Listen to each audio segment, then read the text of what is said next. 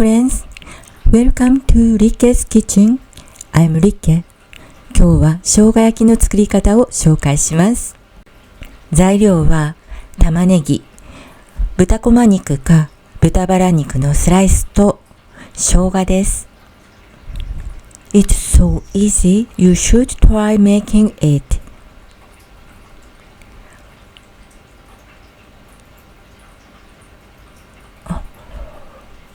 Wait a minute.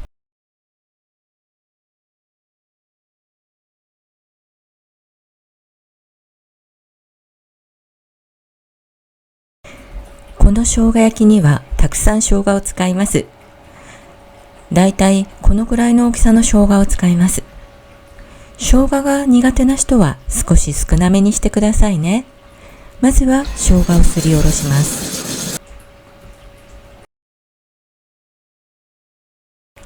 豚肉は食べやすい大きさに切ります。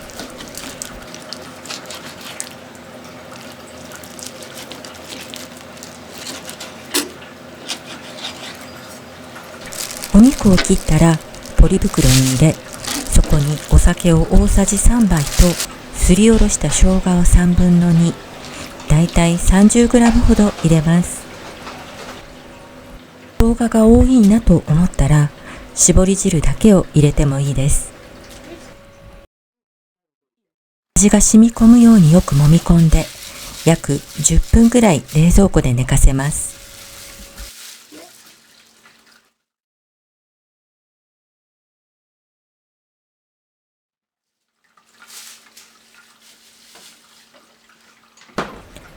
お肉を寝かせてる間にタレを作ります。材料を全部混ぜ合わせれば OK です。タレの材料は概要欄に書いてあるので見てくださいね。次に玉ねぎを切ります。玉ねぎを4つに輪切りにします。フライパンを温め、玉ねぎを焼きます。だいたい弱火で片面3分ずつ焼きます。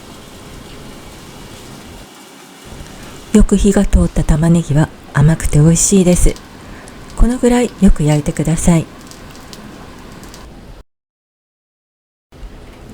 次にフライパンを温め油を引きます。強めの中火で手早く肉を炒めます。このぐらい炒めたら合わせておいたタレを入れ、全体にタレが絡むように手早く炒めます。味見をして塩で味を整えます。スナップエンドウは筋を取って、ヤングコーンはお尻を切り揃えます。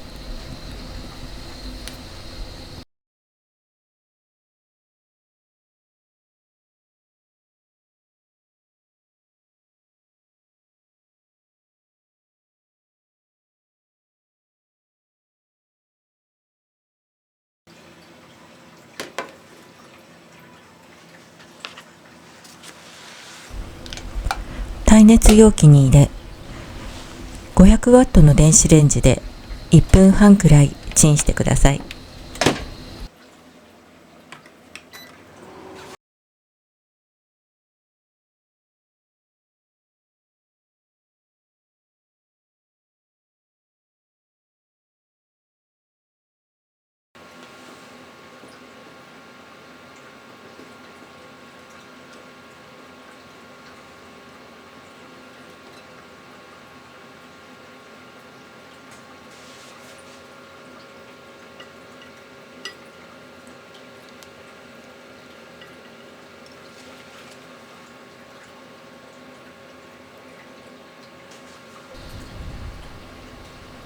甘く焼けた玉ねぎの上に生姜焼きを乗せて出来上がりです。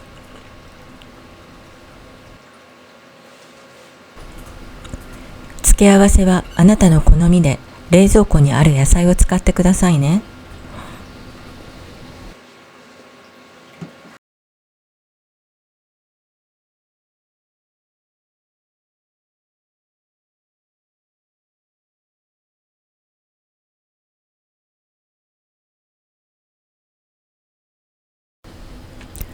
今日は動画を見てくれてありがとうございます。